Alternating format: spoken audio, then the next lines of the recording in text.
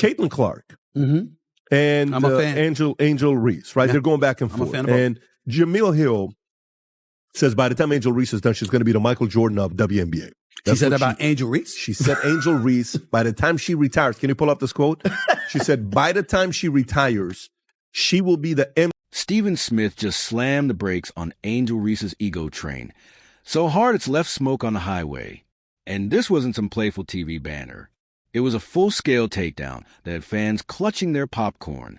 Angel tried to crown herself the Michael Jordan of the WNBA, and Stephen A. responded like only he can with precision, authority, and a little righteous outrage. This wasn't debate, it was a demolition. The internet practically froze mid-scroll, whispering the same thing. She really said that? If you thought the league drama peaked on the court, well, sit tight. Stephen had just destroyed Ree. It's not about black and white. It's about that white player and that black player. Why? Because of the history that they had before they came to the WNBA. You see, it was all instigated. If Angel Reese was never in Caitlin Clark's face, taunting her the way that she did when mimicking what Caitlin Clark was doing to numerous opponents en route to the Final Four. And then Angel Reese and LSU bust their living, you know what, at that particular moment in time. And Angel Reese was in her face chirping at her the way that she did, it would have never gotten to this point. Let's rewind to what started the spiral. A career-low 4 points during her sophomore WNBA season. That's it. For lonely points from the self-proclaimed Jordan of women's basketball. Meanwhile, Caitlin Clark, injured and sitting on the sideline, still had more impact sitting down than Angel did standing tall.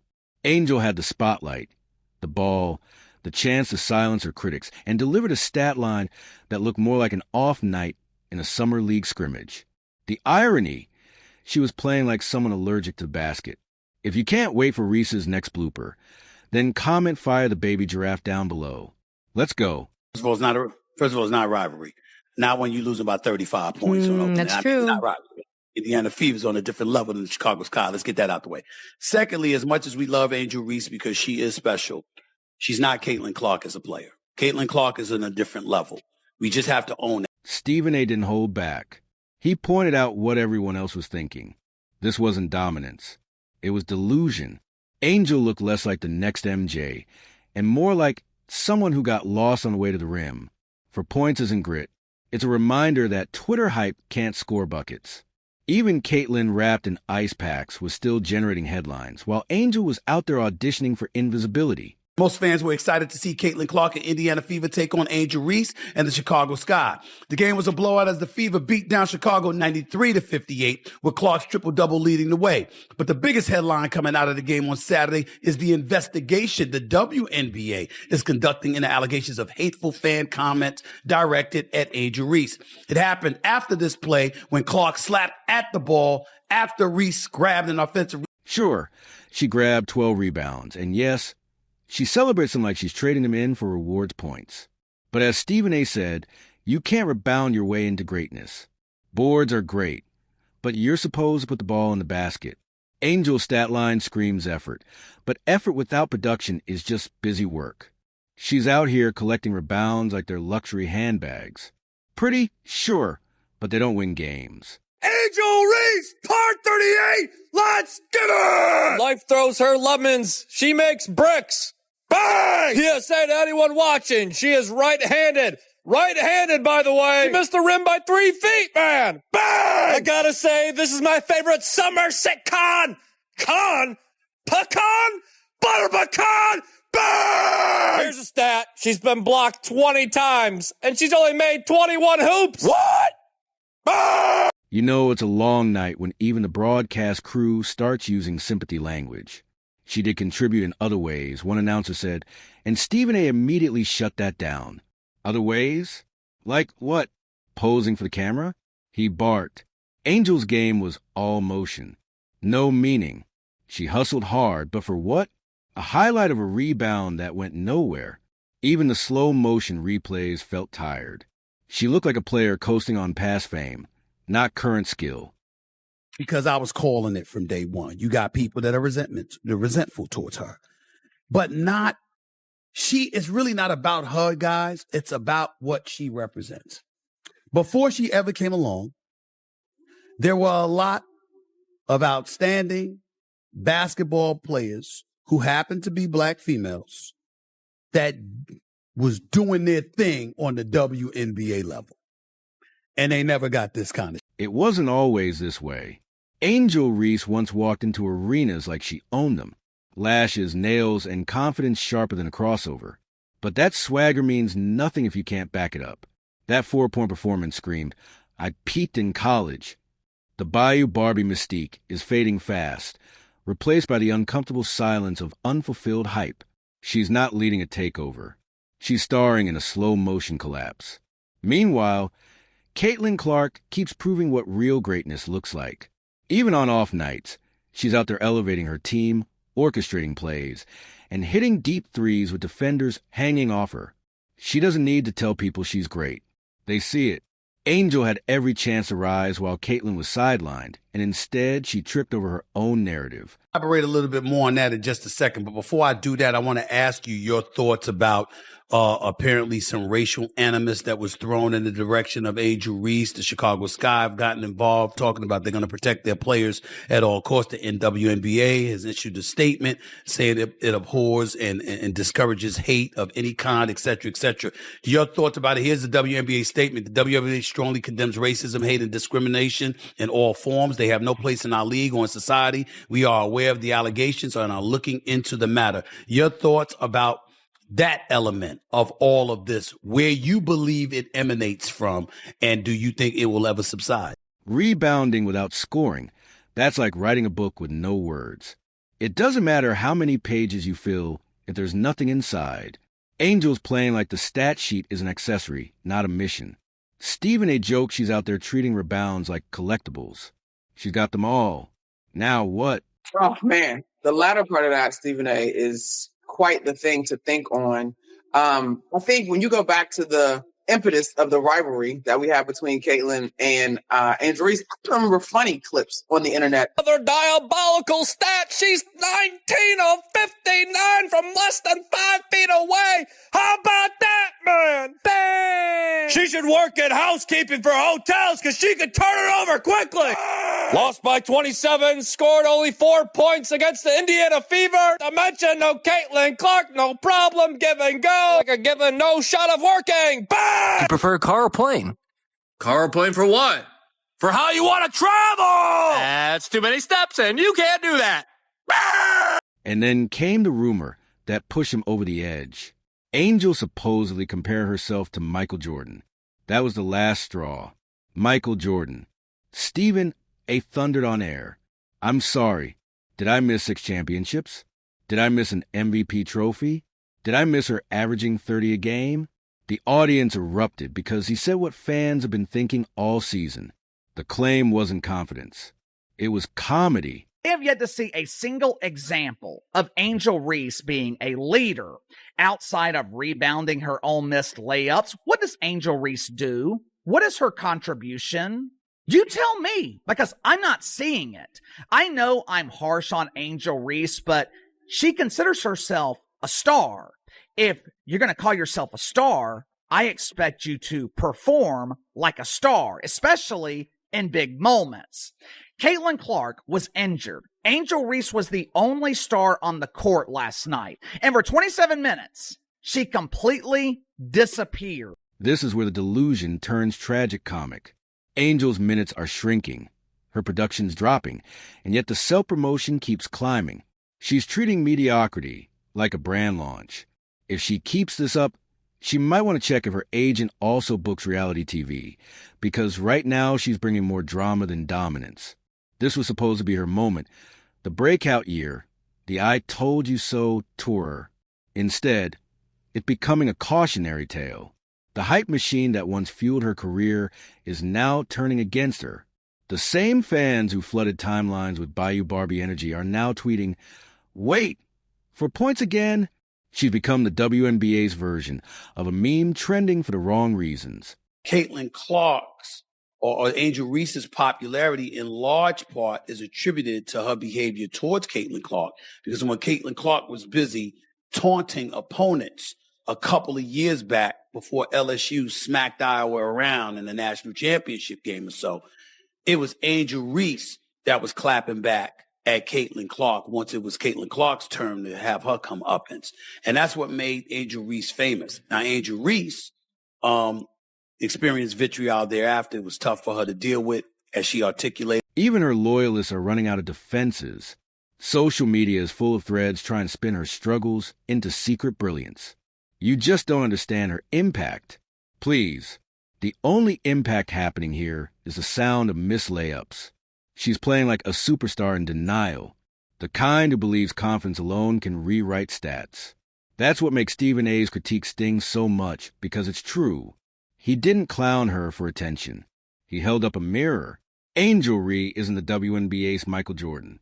Right now, she's not even the league's Dennis Rodman. She's a marketing campaign searching for results, and the results just aren't there.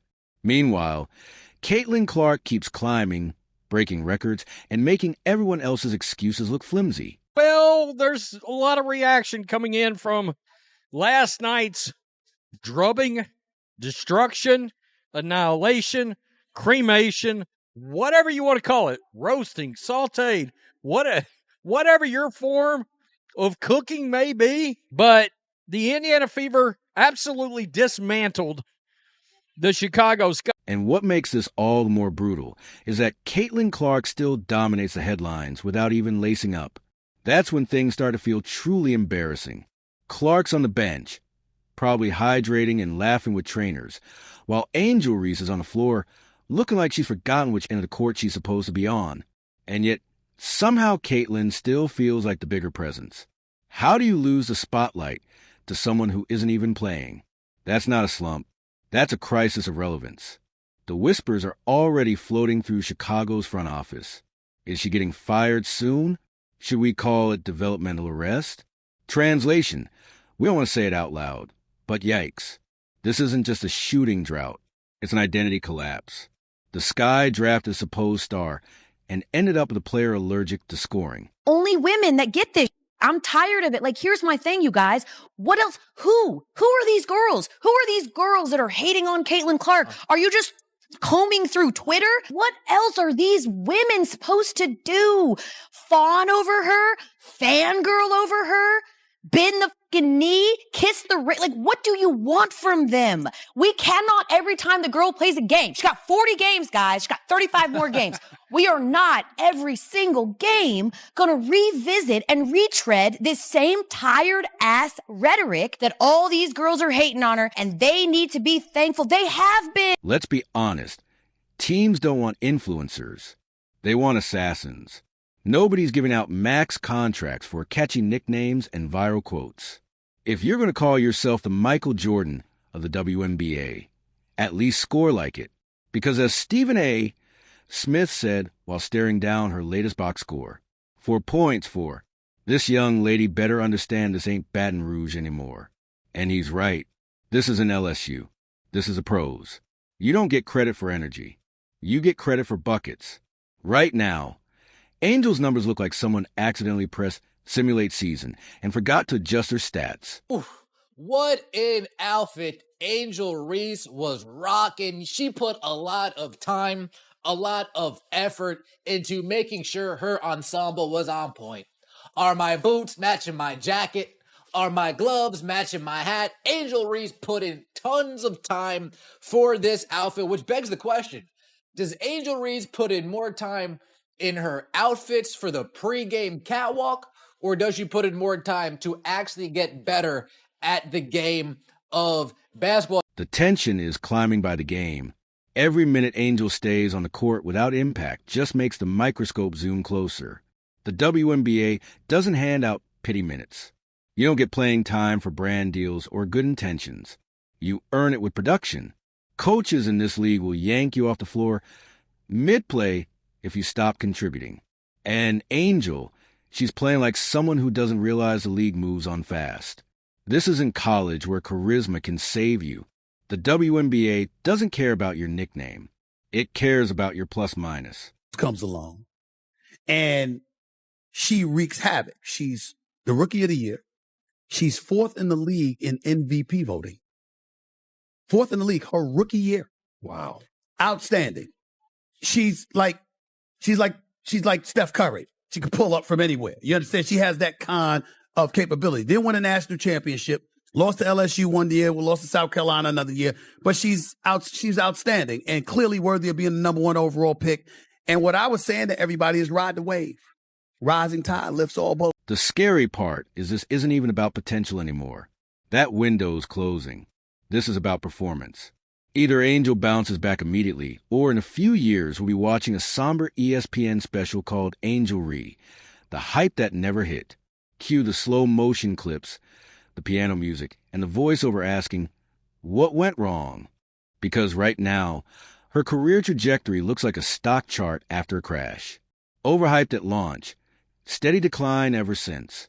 Enter Tyler Marsh, the poor coach tasked with trying to unlock Angel Reese like she's a hidden cheat code in NBA 2K. He's moved her everywhere. Power forward, small ball 5, even a pseudo wing experiment that looked like a science project gone wrong. At this point, he's probably up late sketching plays on napkins, praying one of them works. But here's the truth.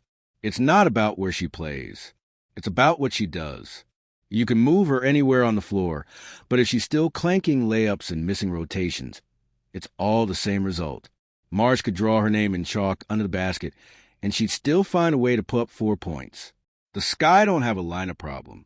They have an Angel Reese problem. Balled at Iowa in college. She's balled since she's been in the NBA. She came into the league last year with no break whatsoever between the college game and the pro game and did her thing.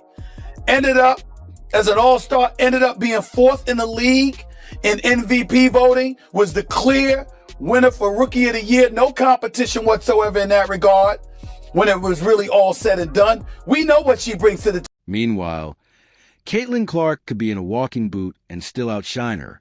She could literally be shooting free throws from a chair and somehow generate more offense.